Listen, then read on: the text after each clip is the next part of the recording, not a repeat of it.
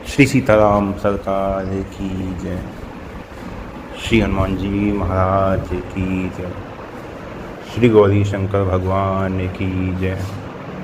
श्री अयोध्या धाम की जय। श्री सरयू महारानी जी की जय। सब संतन की जय, सब भक्तन की जय। जय जय श्री सीताराम। संसार में चाहे जो भी हो, कोई भी जड़ चैतन्य जग जीव जत, गोस्वामी जी की भाषा में, कोई भी हो जीवधारी, किसी पे भी कोई परेशानी हो, प्राणों पर संकट हो, कोई आफत हो,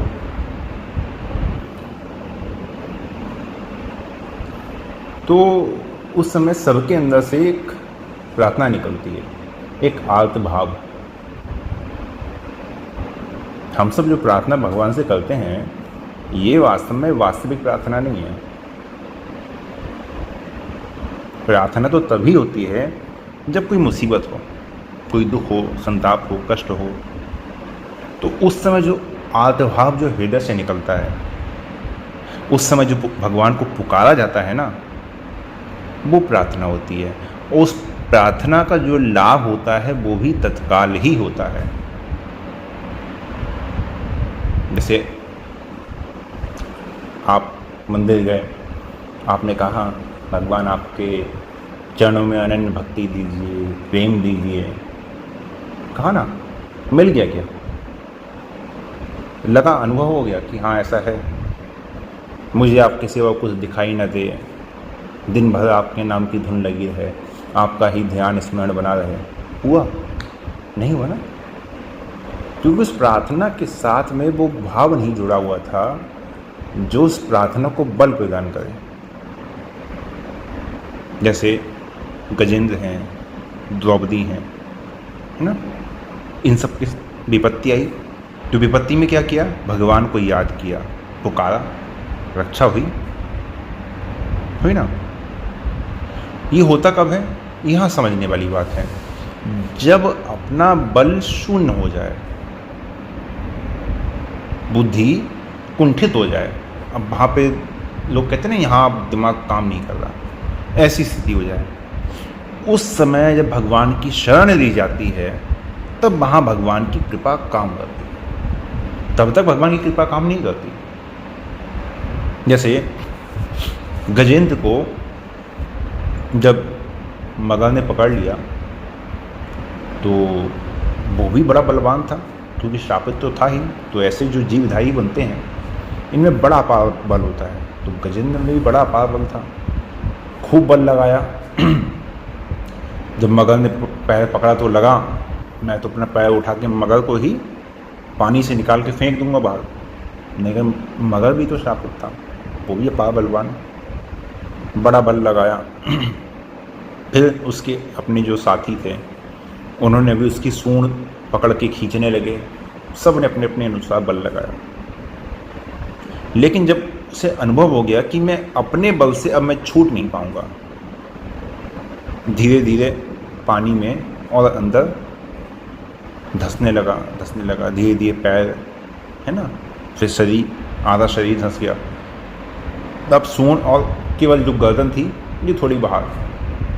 अब उसके अपने जो संबंधी थे, जिनके जो साथ में बड़ा उसी के साथ वन में विचरण करते थे, वो भी अब एक एक करके जाने लगे। अरे अब तो कुछ नहीं हो सकता, चलो भैया, सब जाने लगे। अब उसकी आस टूट गई कि इनके लिए मैं सबसे लड़ता था, इनके लिए मैं सबको अपने बल का अहंकार दिखाता था कि इनसे कोई कुछ ना कहे। मैंने जीवन भर इनकी रक्षा करी और आज ये मुझे जीते जी इस प्रकार से छोड़ के जा रहे हैं। बड़ा निराश हो गया। उस समय उसके मन में आर्त भाव आया, सबसे निराश हो गया ना, अपना बल तो शून्य हो ही चुका था। उसमें आर्त भाव आया, तब भगवान की शरण में गया और भगवान ने फिर उसको ग्रह से मुक्ति दिलाई।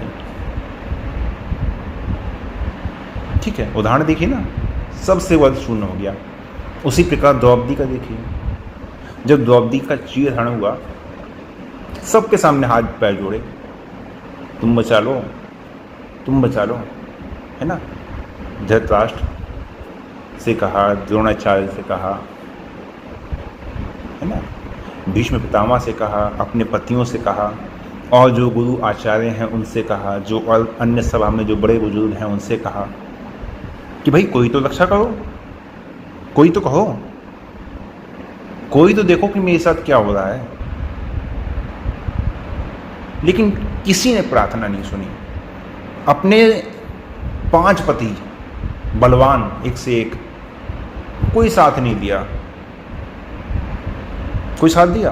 कोई साथ नहीं दिया। तब भगवान को पुकारा। अपना बल शून्य हो गया ना, अपने पतियों का बल शून्य हो गया, जिनका सहारा था, जिनका संबल था कि ये बचा लेंगे, उनका संबल भी शून्य हो गया। तब क्या हुआ? तब भगवान को पुकारा, रक्षा हुई तुरंत। उसी प्रकार आगे की कहानी में देखिए, जब अश्वत्थामा ने ब्रह्मास्त्र छोड़ा, राजा परीक्षित उस समय गर्भ में थे, उनकी माँ उत्तरा के गर्भ पे छोड़ा।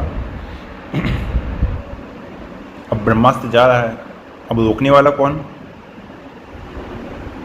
सबसे कहा, प्रार्थना करी, तो सबने कहा कि भाई ब्रह्मास्त्र है, हमसे तो रुकेगा नहीं, ब्रह्मास्त्र का तो कुछ ऐसा है नहीं हम कर सकते हैं। तब उसने फिर भगवान को पुकारा, उत्तरा ने, तब वहां गर्भ में जाकर रक्षा करी। उसी प्रकार गीता का उपदेश किस परिस्थिति में हुआ? जब अर्जुन को धर्म अधर्म कर्तव्य क्या करना चाहिए क्या नहीं करना चाहिए सबसे शून्य हो गया।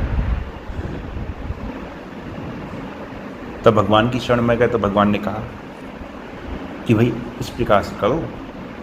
तो सार ये है कि भाई देखो, भगवान की कृपा से जो काम होता है ना, वो अपने बल से कभी नहीं हो सकता।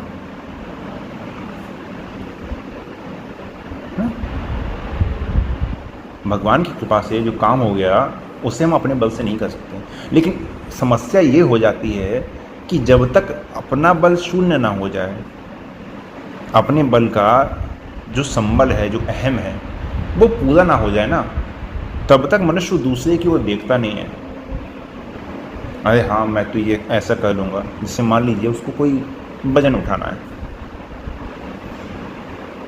गए बड़े जोश में कि हम उठा लेंगे, उठा लिया, अब उससे संभला नहीं, तो उसको क्या लगता है, अब संभला नहीं ना, अब कोई थाम ले, अब कोई सहारा दे दे। अपने बल का अभिमान शून्य हो गया, अब दूसरे की याद है कि भाई अब कोई सहारा दे दे। तो उसी प्रकार से होता है कि जो अपना बल है ना, उसको लगाने पर जब अपने में जब निर्बलता है, जब उसका अनुभव होता है कि अब जो है अब हमसे नहीं होगा, जब अपना जो है वो भरोसा छूट जाता है, तब प्रार्थना काम आती है। तब हृदय से जो पुकार निकलती है वो है प्रार्थना। और वो जो प्रार्थना होती है ना, वो ही असली शरणागति का कार्य करती है। सुन ली मैंने निर्बल के बल राम। निर्बलता का अर्थ ये नहीं है कि हमारा शरीर निर्बल हो जाए, बीमारी लग जाए, है ना, कैंसर हो गया, शरीर में शक्ति नहीं रही, ये नहीं है। निर्बलता का अर्थ है कि हम अपने बल से निराश हो जाएं, अपने बल का थोड़ा भी सहारा, भरोसा या अभिमान ये ना रहे। बुद्धि का बल, अपना मन का बल, अपने धन का बल, अपने शरीर का बल, है ना, अपनी विद्या का बल, अपने गुणों का बल, इन सब से निराश हो जाएं। और उस समय फिर भगवान से रक्षा की तीव्र प्रार्थना कि प्रभु अब तो तुम ही हो, तब वहाँ काम होता है। वो जो प्रार्थना होता है ना, वो प्रार्थना उसी समय काम करती है। ऐसा संसार में कोई भी कार्य असंभव नहीं है जो भगवान की शक्ति के द्वारा संभव नहीं है। भगवान का बल अपार है, असीम है, अनंत है। और जितना हम भगवान के बल के बारे में जानते हैं, सुनते हैं, भगवान का बल क्या उतना ही है। एक ब्रह्मांड को भी जीव नाप नहीं सकता, और ऐसे अनंत कोटि ब्रह्मांड भगवान के शरीर में है, एक एक रोम में है। रोम रोम प्रति लागे कोटि कोटि ब्रह्मांड, ऐसे भगवान है। जब लगी गज अपनो बल बत्यो, नेक सरो नहीं काम, निर्बल होए बलराम पुकारो आए आधे नाम। जब निर्बलता आ जाती है, जब उनका शरणागति आ जाती है, प्रार्थना होती है, तो फिर पूरा नाम लेने की भी आवश्यकता नहीं पड़ती। आए आधे नाम, तो उनका स्मरण ही पर्याप्त है। तो एक भगवान के अतिरिक्त किसी अन्य का आश्रय ना हो। एक भरोसो एक बल एक आस विश्वास। आपके हाथ में यदि कलम है ना, कि मैं अपने कलम से लिख दूंगा, या मैं अपने हाथों से, आजकल तो भाई इंटरनेट का ज़माना है, मैं अपने हाथों से टाइप कर दूंगा, इसके खिलाफ ये लिख दूंगा, फिर मैं इसका ये बिगाड़ दूंगा, मैं इसका ऐसा कर दूंगा, ये जानता नहीं है मैं मुझे कौन हूँ, है ना। मतलब कहीं ना कहीं अपना एक बल रहा ना। मैं कलम से मैंने लिख दिया, किसी के खिलाफ रिपोर्ट बना दी, कोई भी चीज़ छोटी, मतलब ये उदाहरण के तौर पे छोटी चीज़, कि एक कलम, आपके हाथ में जो पेन है, उस पेन का भी आश्रय नहीं रहना चाहिए कि मैं इस पेन के बल पर ये कर दूंगा। जब तक अपनी बल बुद्धि योग्यता वर्ण आश्रम, मैं इस पद्धति से रहता हूँ, मैं इतनी शुद्धता से रहता हूँ, अरे वो इतना गंदा रहता है, अपने आप को भगत कहता है, मेरी देखो शुद्धता देखो, संध्योपासना करता हूँ, लंबा तिलक लगाता हूँ सुबह, है ना, ब्रह्म मुहूर्त में उठ जाता हूँ, या अरे वो छोटी जाति का है, मैं तो ब्राह्मण हूँ, उच्च जाति का हूँ, मेरी प्रार्थना भगवान पहले सुनेंगे। हम ब्राह्मण हैं, हम भगवान के प्रिय हैं, हम सबके पूज्य हैं। अभिमान आ गया ना, बस काम खराब हो गया। इतने में ही भगवान अभिमान नहीं देखते। तो अपने वर्ण आश्रम किसी का भी आश्रय है, तब तक भगवान आपकी पुकार नहीं सुनेंगे, तब तक आपकी जो पुकार है ना वो काम नहीं करेगी।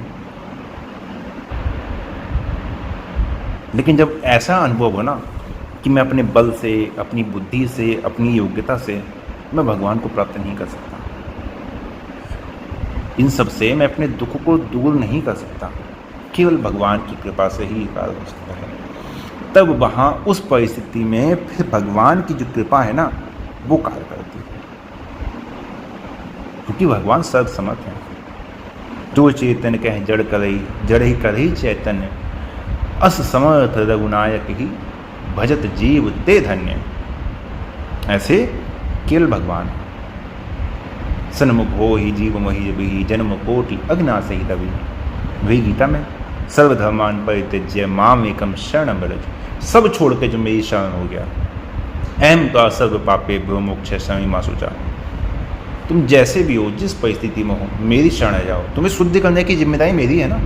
अहम त्वा सर्व पापे भ्यो, है ना, सन्मुखो ही जीव मोहि अभी, जन्म कोटि अग्ना से भी। तुम पापी हो, पाप में ही चले आओ, गंदे हो, गंदे में ही चले आओ, अशुद्ध हो, अशुद्ध में ही चले आओ। शुद्ध करने की जिम्मेदारी मेरी है, तुम बस आ जाओ। तुम्हारा जो बल है, आश्रय है, अभिमान है, विश्वास है, बस वो हट जाए, केवल मुझसे जुड़ जाए, तब वहाँ भगवान काम करते हैं। इस प्रकार भगवान की प्रार्थना करनी चाहिए और इस प्रकार भगवान की शरण लेनी चाहिए। शरणागति पे तो बहुत सारी बातें हम लोगों ने पहले भी करी हैं, लेकिन वही है ना कि धीरे धीरे धीरे धीरे उस चीज़ को समझना, उस चीज़ को फिर किस प्रकार से हम कर सकते हैं, या अभी तक हमने कहा है तो फिर कमी कहाँ रह गई, क्या इसमें कुछ और कर सकते हैं। तो वही बात है कि अपना बल, अपना विश्वास, अपना साधन, अपना नाम जप, कि मेरा इतना नाम जप है, उसका इतना है, वो दिन में 2-4 मिनट कर ले बहुत है, मेरा 4-5 घंटे चलता है, नहीं, बिल्कुल शून्य, कोई साधन नहीं, कोई बल नहीं। करना गलत नहीं है, करो, लेकिन उसका आश्रय लेकर अपना अभिमान पुष्ट कर देना वो गलत है। वहाँ फिर भगवान की कृपा में बाधा आ जाती है। तो मैं समझता हूँ आप सभी लोग अच्छे से समझेंगे और इस बात को अपने आचरण में, अपने व्यवहार में लेके आएंगे। आज के लिए यहीं विश्राम देते हैं। जय जय श्री सीताराम।